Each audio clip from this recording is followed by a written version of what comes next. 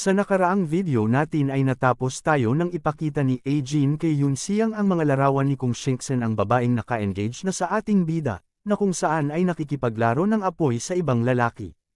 At ang pagtanong ng old man sa kanyang apo na gayong inapakan ka sa mukha hindi ka ba gagawa ng kahit ano. Sa pagpapatuloy ng ating kwento nagsalita ang ating bida na hindi ko ihahayag ang aking trump card, maglaro tayo ng ilang bagong card. At pagkatapos ay tinawag niya si Aga, Ajin at Miss Chingdai habang may kinukuha si Yoon-siang sa loob ng kanyang damit. Gulat na gulat naman ang tatlo gayong nakukutuban nila na sila ang gagamiting trump card na sinasabi ng kanilang young master, magkagayon man dahil sa ang tatlo ay nasa ilalim ng kapangyarihan ng ating bida. Nang nakaharap na ang tatlo kay Yoon-siang ay sabay-sabay nilang sinabi na andito na ang mga subordinate. Ayon naman kay Yoon-siang sambit niya na hahayaan ko kayong tatlo na makapasok sa heavenly stage ngayon? Kung magtagumpay kayo subukan natin kung gaano kalakas ang bisig ni Mr. Kong. At ang kaganapan naman ay nalipat sa loob ng banquet hall. Si Yoon-ki na hanggang sa ngayon ay hindi pa rin umaalis malapit sa pintuan at makikita naman ang kanyang kapatid na si Yoon-jin na lalapitan na ang kanyang younger brother. Bago makalapit si Yoon-jin, ay nagtataka si Yoon-ki gayong may kakaiba, bakit wala akong marinig sambit niya, at kahit ang soul power ay pabago-bago. At dagdag pa niya na kagagawan ito ng matanda dahil sa sobrang dami ng pera niya, kaya may hiniling din siyang mag-set up ng mga advanced formations para sa side hall. Sa pagka-focus niya ay hindi na niya namamalayan na may papalapit ng kamay sa kanyang tenga. At mga ilang sandali pa ay may malakas na pam-ingat sa kanyang tenga kaya naman si Yoon-ki ay halos maiyak sa sakit na kanyang nararamdaman. Habang mahigpit na hinahawakan ni Yoon-jin ang tenga ng kanyang younger brother ay tinatanong niya ito na kung ano ang ginagawa mo rito. Tumayo ka na dyan at bumalik sa upuan. At si Yoon-ki naman ay paulit-ulit niyang sinasabing sister sobrang sakit na bitawan mo na ako sambit niya. Habang hawak-hawak pa ni Yoon-jin ang tenga ng kanyang kapatid ay may bigla namang may umalong enerhiya na nagmumula sa labas ng pintuan ng banquet hall, na siyang ipinagtaka ng lahat ng nasa loob. Naramdaman mo ba ito? Tanong ni Yoon-jin kay Yoon-ki at sinasabi rin niya na bagaman ang dalawang tunog ay mahina, tila ito ang pagbabago ng tagumpay tungo sa heavenly rank. Oo, tugon ni Yoon-ki, oo, absolutely. Ito ay ang parehong alon tulad ng huling oras ng makapag. Ngunit hindi na natapos ang kanyang sasabihin gayong tinakpan na ni Yoon-jin ang kanyang bibig para pigilan sa kanyang pagsasalita. Ayon naman kay Yoon-siu pabulong niya na sinasabing na ngayon lang tila ang pagbabago-bago ng kapangyarihan ng kaluluwa, medyo hindi ka panipaniwala na tingnan ang magkapatid na iyon. Ito ay nakakaawa na ang aking base sa paglilinang ay masyadong mababa, kaya hindi ako nakakaramdam ng anuman. Pero, nakakaamoy ako ng pera. Pati si Song-shi ay naramdaman niya ang hininga ng heavenly breath, dahil sa ito raw ay ang kaparehas ng sa kanyang ama noon. Si Ginoong Kang naman ay tinanong niya ang nakababatang kapatid na kung okay lang ba siya gayong si Song-shi ay animoy nababalisa. Bagaman kitang-kitang nababagabag si Shi, ngunit tumugon pa rin ito na okay lang siya. Ayon naman kay Yoon-ki iniyayabang niya sa kanyang ate na alam ko na ito si Big Brother Yoon-siang ay mayroon pa ring isang bagay na mabuti sa kanyang mga kamay. Dapat siya ay tagumpay na nakapag-breakthrough sa heavenly stage. Anong ibig mong sabihin tanong ni Yoon-jin dahil sa sinasabi nitong si Yoon-siang ang maaring nakapag-breakthrough sa heavenly stage. Para sagutin ang katanungan ni Yoon-jin ibinulong niya sa kanyang sister na hindi mo alam, bago ka pa dumating. Si Big Brother Yoon-siang ay kumain ng isang Earth Spirit Pill sa mismong harap namin, at ayon nakapag-breakthrough siya mula sa early Earth stage hanggang sa mid-Earth stage. Dahil sa ang Earth Spirit Pills ay isang napakamahal na bagay kaya halos magulantang si Yoon-jin nang marinig niya ang sinasabi ng kanyang younger brother na si Yoon-siang ay mayroon nito. At si Yoon-ki ay ipinagpapatuloy ang kanyang pang-aasar sa kanyang ate gayong sinasabi nito na hihi, kaya ganyan na agad ko tinanggap ang aking pagkatalo at agad ay lumuhad sa kanya at simula ngayon siya ay tatawagan ko ng Big Brother. At ate alam mo ba sinabi sa akin ni Big Brother Yoon-siang na kung magiging mabait daw ako sa loob ng ilang araw na darating, ipinangako niya sa akin na bibigyan daw niya ako ng pills. Si Yoon-jin na natahimik sa kanyang mga nalaman, bagaman hindi siya tumutugon sa kanyang kapatid. Ngunit si Yoon-ki ay inalok niya ang kanyang big sister na sister, bakit hindi mo rin kilalanin bilang iyong nakatatandang kapatid si Big Brother Yoon-siang? Malay mo, mabigyan ka ng Earth Spirit Pills. Iyan ang magliligtas sa iyo sa loob ng 2 o 3 taon na pagsusumikap sa trabaho. Sa dami ng nasabi ni Yoonki ay halos walang naintindihan si Yoonjin gayong nasa malalim ito na pag-iisip na nalilito ako akala ko si Yoon Siang ay uunlad ng husto kapag bumalik siya sa pagkakataong ito. Hindi ko akalain na siya pa pala ang may ugali para talunin ang young master. Napakamahal na kayamanan, talagang tinulungan niya ang kanyang sarili na kainin yun para lang makalaban ka. Isa lang itong cultivation level na pwedeng makuha lamang pagkatapos ng 2 o 3 taon ng pagsusumikap. Kung ibebenta ang elixir na ito ay sapat na para sa mga gastusin sa militar ng aking Chailuan Army sa loob ng ilang buwan.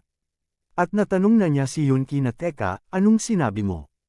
Ayon kay Yoonki ang sinasabi ko, Big Brother na dapat ang itawag mo sa kanya.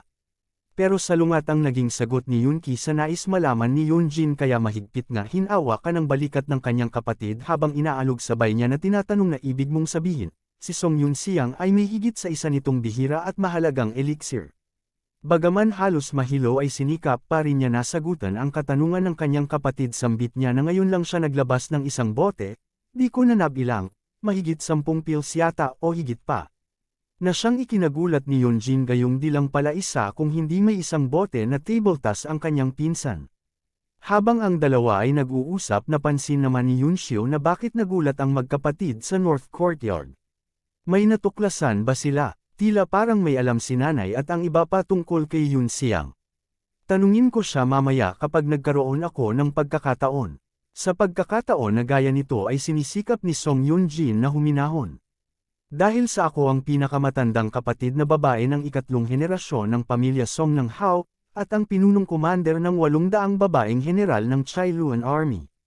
Hindi ba't ang isang dosenang hindi mabibili na 5-star na table tas? Hindi ko dapat ipakita ang aking sarili na parang hindi mo pa nakikita ang mundo sa harap ng iyong mga nakababatang kapatid na lalaki at babae. Hindi dapat. Sabay na pabantong hininga gayong kailangang maging professional siya sa harap ng kanyang mga pinsan at iba pa. Matapos naman ito ay may 1 o 2 na namang energy wave na malakas na kumakalat sa lugar, hindi maitatanggi na malakas ang enerhiya na ito ngayon gayong nagawang basagin ang ilang kasangkapan sa loob ng banquet hall. Maging si Yoonjin na malapit sa pintuan ay hindi rin. Kinaya ang malakas na shockwave energy dahil sa nagawa siyang mapatambo nito. At maging ang kanyang nakababatang kapatid ay ganoon din ang sinapit gaya niya. At ramdam niya na mayroon na namang matagumpay na nakaabot sa heavenly stage. Kaya si Yoonki ay mas lalo pang nakadama ng pagkabilib. Sabay sambit niya na sister, sa tingin mo ba kung sinundan ko sila, naging heavenly stager na rin kaya ako ngayon? Sa kaparehas na oras na naramdaman ng nasa loob ng banquet hall ang energy wave ay ito naman ang kaganapan kasabay noon. Makikita si Miss Qingdai na nababalot ng enerhiya, dahil sa katatapos lamang makapag-breakthrough tungo sa heavenly stage. Napansin naman ang ating bida sa inilalabas na energy wave ay maaaring mawasak ang gusali, gayong 3 ang kanyang tutulungan na makaangat sa antas ng langit ay napagdesisyonan ni Yoon Siang na bumuo ng insulation formation upang hindi mag-collapse ang gusali. Matapos mabuo ng ating bida ang formation, pabulong naman nagsasalita ang old man na hindi ko inaasahan na ang mga kaalaman ng batang ito sa mga porma sayon ay kasing ganda ng alchemy. 3 beses na panlaban, alam mo ba kung magkano ang magastos sa kung mag-imbita ng formation master upang mag-set up ng 1 beses na insulation formation gaya nito? Si butler mo naman ay sinasabing akala ko si young master Yoon Siang ay nagbibiro. Hindi ko inaasahan na itutulak mo ang 3 upang maka-breakthrough sa heavenly stage. At ito ang gumagawa sa aming dalawa ng old man na nagtatago ng aming lakas sa katahimikan, kung titingnan medyo nakakatawa. Ang ating bida naman ay tinatanong niya si Miss Qingdai kung ano ang nararamdaman nito ngayon. Ayon naman kay Miss Qingdai, nais niyang linawin kay Yoon Siang kung talagang naabot niya ang heavenly stage. Ito ay hindi kapanipaniwala, Master, ito ay masyadong mabilis. Update ng kasalukuyang status ni Miss Qingdai, namumuno sa 3 pangkat ng mga Shadow Guard ng Song family, kasalukuyang antas ng paglililang, early heavenly stage. Ayon sa naging tugon ng ating bida na sino ang nagsasabing mabilis, marami kang ginugol sa akin na oras, ang 2 sa kanila ay nasa peak na ng Earth stage, at kailangan na lamang nila ng 1 tableta. Gayong ikaw ay nasa early earth stage, upang itulak ka sa heavenly stage, kinailangan kong gastusin ang aking maraming mga tableta, at dahil sa laki ng naitulong ng ating bida kay Miss Qingdai ay nagbitaw ito ng isang pangako na master, si Qingdai, bilang isang patay na miyembro ng pamilya ng Song, ang buhay at katawan na ito ay handang iaalay sa iyo. At hinihiling din ni Miss Qingdai na siya na daw ang hahawak ng payback para putulin ang mga kaaway magmula ngayon. Gayong handang magbuwis ng buhay si Qingdai para sa ating bida, ay pinatayo na niya ito at pagkatapos ay inilabas niya ang Purification Talisman. Dahil sa iniisip ng ating bida na itong si Qingdai ay ang mga kwalifikasyon ay limitado, kaya hindi isang masamang bagay na itulak siya sa yugto ng langit. At inumpisahan na i-purify ng ating bida si Miss Qingdai. Habang patuloy ang pag-purify ni Yun Xiang kay Miss Qingdai ay unti-unti nang nalilinis ang katawan nito, bukod dito ay dahan-dahan na din na bumabalik ang kanyang lakas. Nang matapos na ang ating bida ay makikitang bumalik na sa normal si Qingdai di gaya kanina, na animoy basang sisiw. Gayong nagtagumpay ang ating bida sa pag-purify ay biniro niya si Miss Qingdai na napakaganda muna, ito ang malinis na hitsura ng pinuno ng mga maid sa East Courtyard ng Song family. Maraming salamat Master Yun Xiang, sambit ni Miss Qingdai. Gayong nakaraos na si Miss Qingdai ay nilingon naman ng ating bida ang dalawa na si Aga at Ajan na hanggang sa kasalukuyan ay nagko-cultivate pa rin at sabay ay tinanong ng ating bida ang dalawa kung stable ba ang kanilang ginagawa. Makaraan ang ilang sandali ay nakatapos na rin ang dalawa sa kanilang pagko-cultivate, at sabay din nagsalita ang dalawa na Master, handa na kami. Si Aga na manghang-mangha gayong sinasabi niya na ito ba ang kapangyarihan ng heavenly rank, masyadong makapangyarihan. At dagdag pa niya na nais kong makapag-construct ng Star Soul General at humanap ng isang mahusay na makakalaban. Base sa ating nalalaman, na kung sakaling makaabot sa antas ng langit ang isang tao ay maaari ng maglakad sa ere o makalipad. Na siyang unang sinubukan ni Ajan habang nasa ere, ay tuwang-tuwa ito na nagsasalita na ito pala ang pakiramdam na lumakad sa hangin, napakahusay nito. Habang naglalaro sa ere si Ajan ay sinabihan ni Yun Xiang ang dalawa na huwag masyadong magmalaki. Sabay sambit niya sa kanyang isip na ang heavenly stage ay isang preschool lamang, ang banal na yugto ay ang simula. Pareho silang walang problema upang makapasok sa heavenly rank, kaya maglalaan ako ng oras upang maglaro ng ligtas. Maya-maya pa ay bigla naman nagsalita si Ajan na may pagtataka. Gayong sinasabi niya na parang nakaramdam ako bigla ng kakaiba. Ang soul power sa aking katawan ay tila konektado sa isang lugar sa kalangitan. Matapos niyang masabi iyon ay agad nagtanong si Aga na saan. At tinatanong din niya na kung bakit hindi siya nakararamdam gaya ng sinasabi ni Ajan. Maging si Yun Xiang ay nabigla din nang marinig niya ang inihayag ni Ajan. At natanong ni Yun Xiang na ito ba ang Starnet. Maaaring makita ni Ajan ang pagkakaroon ng Starnet. Tila siya ay may talento sa kamalayan ng consciousness. Maaari mong isaalang-alang ang pagkuha sa kanya ng isang katawan na nagpapalakas sa sensor weapon. Di tulad ni Aga, tila siya ay isang malakas na player.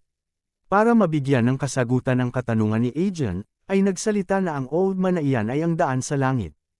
Napatitig naman ang ating bida sa kanyang lolo sa sinabi niyang iyon.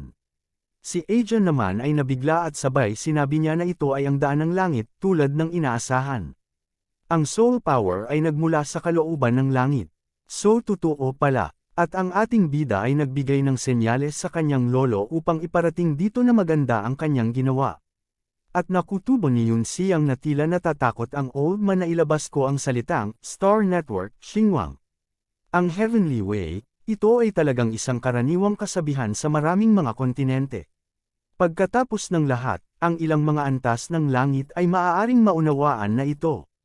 At si Aga gayong may sapat na itong lakas upang harapin ang pinuno ng pamilya kung ay nagbigay ito ng isang suggestion sa ating bida na Master Yun Xiang, ano ang dapat nating gawin ngayon?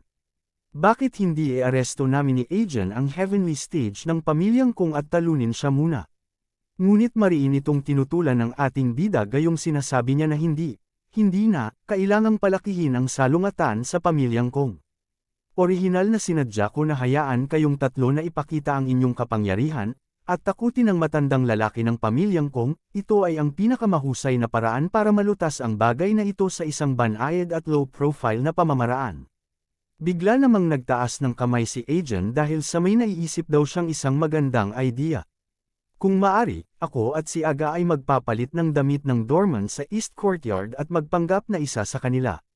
Pagkatapos si Sister Qingdai ay magiging headmaid ng East Courtyard at dalhin kami upang matugunan ang mga kilalang panauhin ng pamilyang Kong. Dahil sa napakaganda nga namang idea ang naiisip ni Aegon ay ikinasaya ito ng ating bida. Habang tinatapik-tapik ni Yun Xiang ang balikat ni Aegon ay, sabay nitong sinasabing hindi masama, mayroon kang isang magandang kinabukasan, hahaha. At si Aegon naman gayong nakapuntos siya sa kanyang young master ng isa ay tuwang-tuwa ang loko. At ang dalawang matanda naman ay tahimik lamang na pinagmamasdan ng dalawa.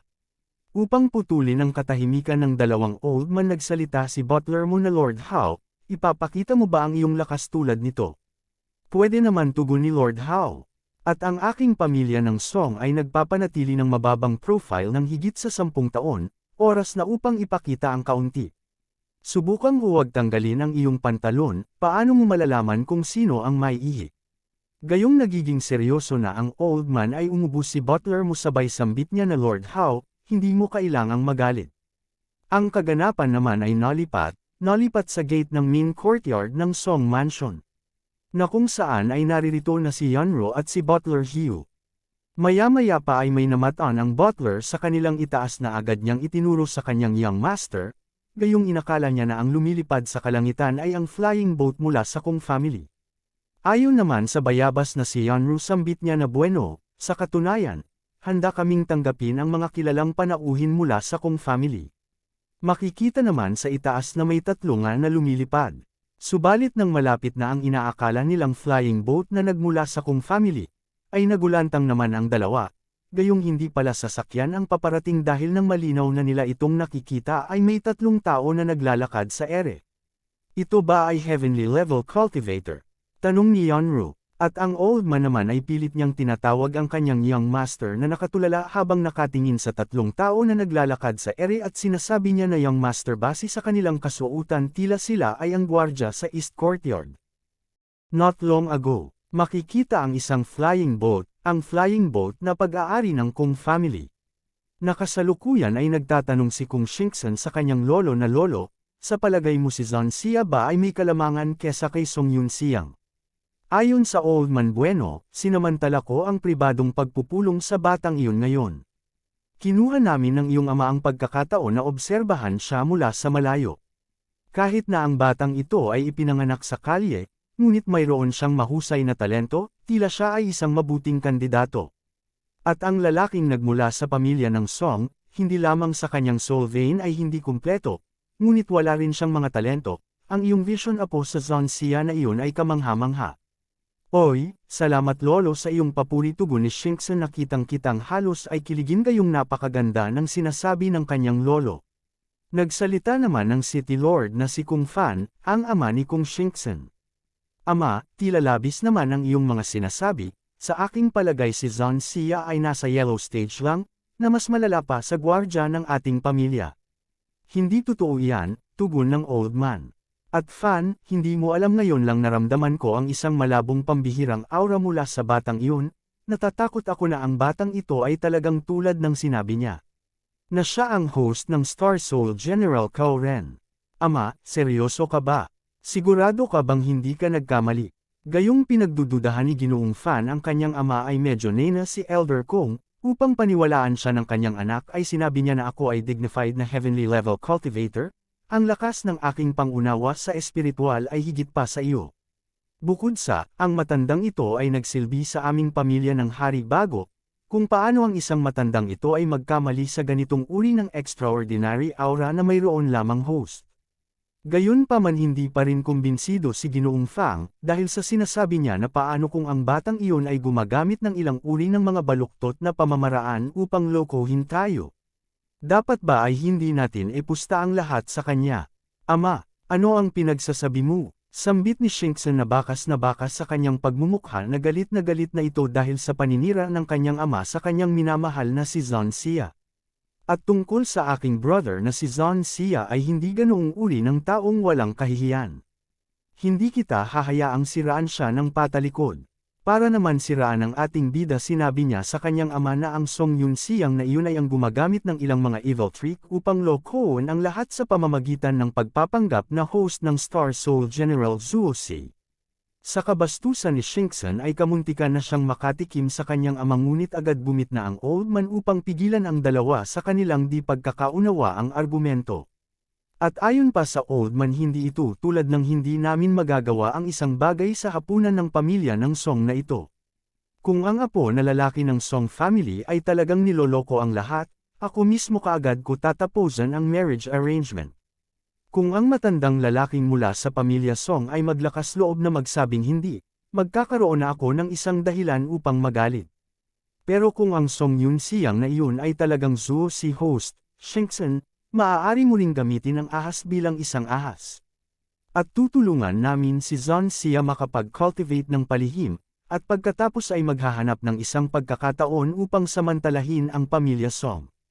At ang City Lord naman ay bahagyang nabawasan ang kanyang pagkabahala, gayong hindi ganun kadumi ang laro na gagawin ng kanyang ama, dahil sa may punto ang old man at nakaisip din ng isang mas mahusay na paraan. Mababakas naman sa pagmumukha ni Kung Shingson na hindi nagustuhan ang pinaplano ng kanyang ama at ng kanyang lolo, at pagkatapos ay pabulong niyang minumura ang dalawa, at pabulong din niyang sinasabing kahit anong mangyari, atres ako sa kasalan na ito. Habang problemado ang pamilya Kong, na kung ano ba dapat ang kanilang gawin upang tapusin ang kasunduan ng kasal, dumako muli tayo sa lugar ng Song Mansion, mula sa gate ng main courtyard. Makikita ang tatlo na si Miss Qingdai at ang dalawa nitong kasamang si Aga at Ajin na nagpapanggap bilang doorman ng mansion. Bumaba ang tatlo sa mismong harapan ng mayabang na si Yeonro, nang makilala niya kung sino ang nagawang maglakad sa ere, ay gulat na gulat ang loko, gayong batid niya na ito ay ang headmaid ng East Courtyard. At dahil sa si Miss Qingdai ay isang maid ngunit si Yeonro ay isa ring young master, ay nararapat pa rin na magbigay galang siya rito, kaya naman nang makalapit na ang tatlo kay Yeonro, ay nagbigay galang ito. Ako si Chang Qingdai, isang katulong sa East Courtyard, ay bumabati kay Young Master Yeonro. At dagdag pa niya na sa ilalim ng utos ni Young Master Yun-siang, narito ako upang tanggapin ang mga kilalang panauhin ng pamilyang Kong.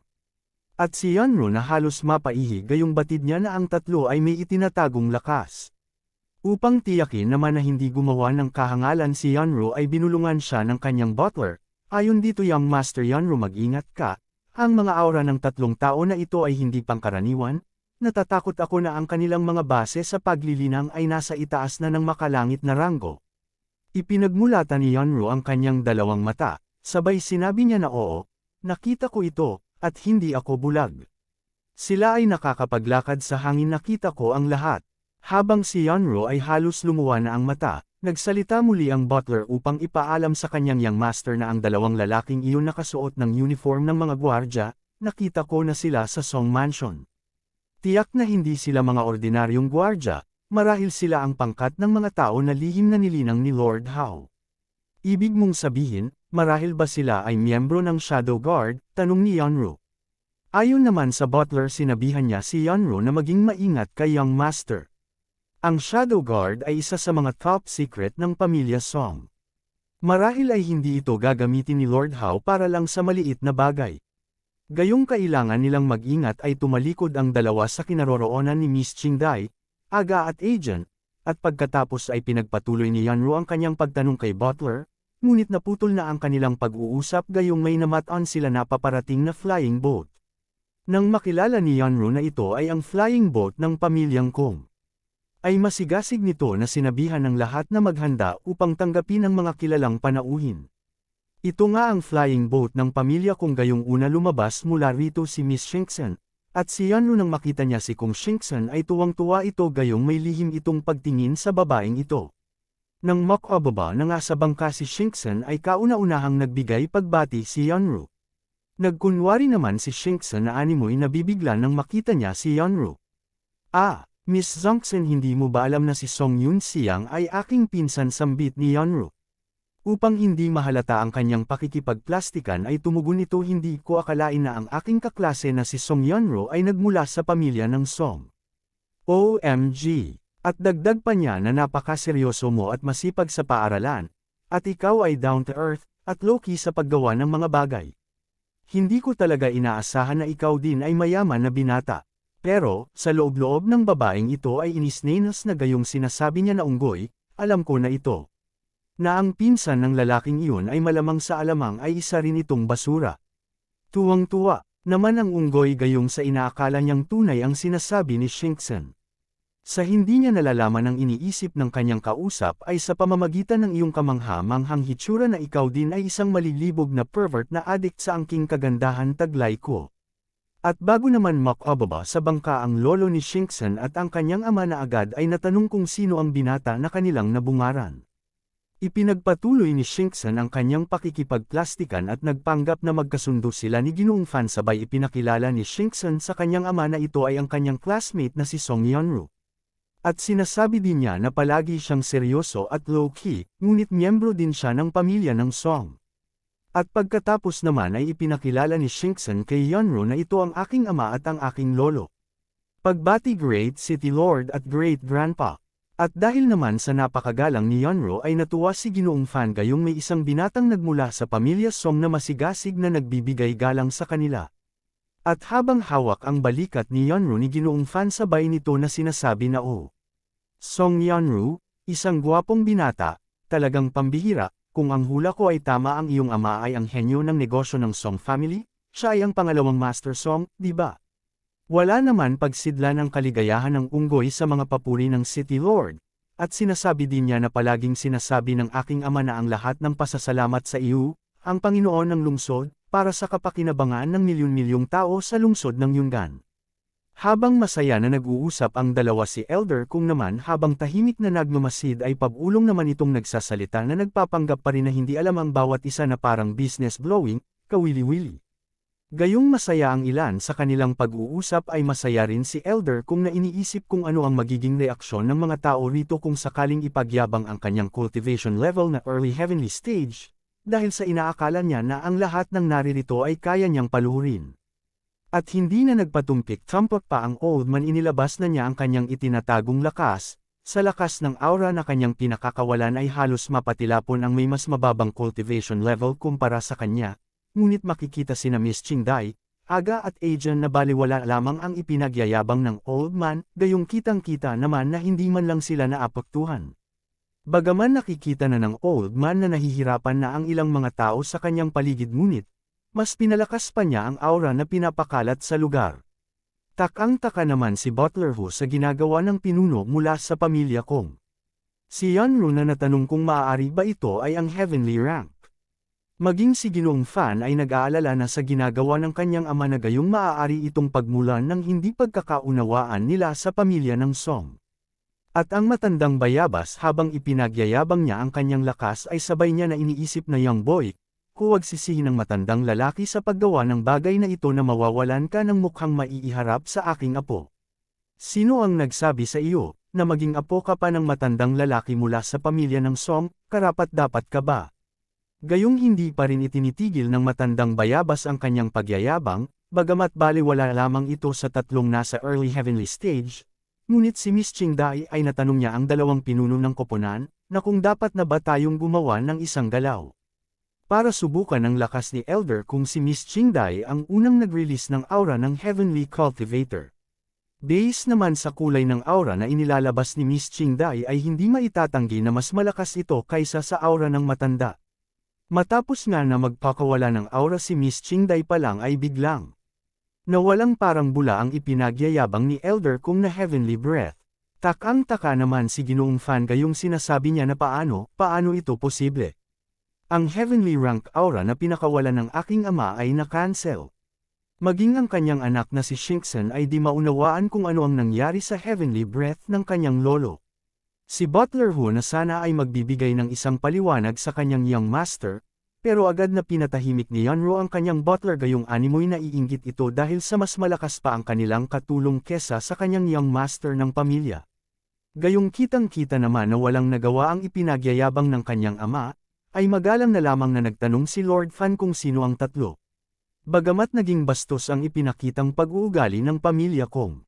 Ayon sa kahilingan ni Yun Siyang na magpa-low profile kaya magalang na tumugon si Miss Qingdai na kumusta. Ako ang maidservant ang pangalan ko ay Chang Qingdai sa East Courtyard, at sila naman ang mga gwardya ng aming East Courtyard. At dagdag pa niya na sa ilalim ng mga order ng aming young master na si Yun Xiang, napunta ako rito upang tanggapin ang mga kilalang panauhin ng pamilyang Kong. Mangyaring tumuloy na po kayo. Nang malaman ni Lord Kung Fan na ang tatlong malakas pala ay ilan lang sa katulong at gwardya ng pamilya Song, ay nagulantang ito. At ang kanina lamang ay napakayabang na matanda ngayon naman ay hindi man lamang makapagbigay ng pahayag. At nang maramdaman na niya na ang tatlong nasa kanyang harapan pala ay mga heavenly cultivator, kaya naman halos sumabog ang kanyang sipon habang nagmumura gayong hindi siya makapaniwalang may tatlong heavenly rank sa pamilya ng Song. Sa susunod nating video ay malalaman ni Elder Kung, mula sa pamilya Song na ang cultivation level na kanyang ipinagyayabang, ay animoy pangkaraniwan lamang sa pamilya ni Yun Xiang, gayong napakarami ang nasa antas na ito, kaya naman halos atakihin na sa puso ang old man. At alamin natin kung bakit ilang beses mapaluhod ang pinuno ng pamilya Kong. Si Kung Shengsan ang babaeng ikakasal kay Yun Xiang na nais wakasan ang engagements paano na ngayong panis na ang lakas ng kanyang lolo.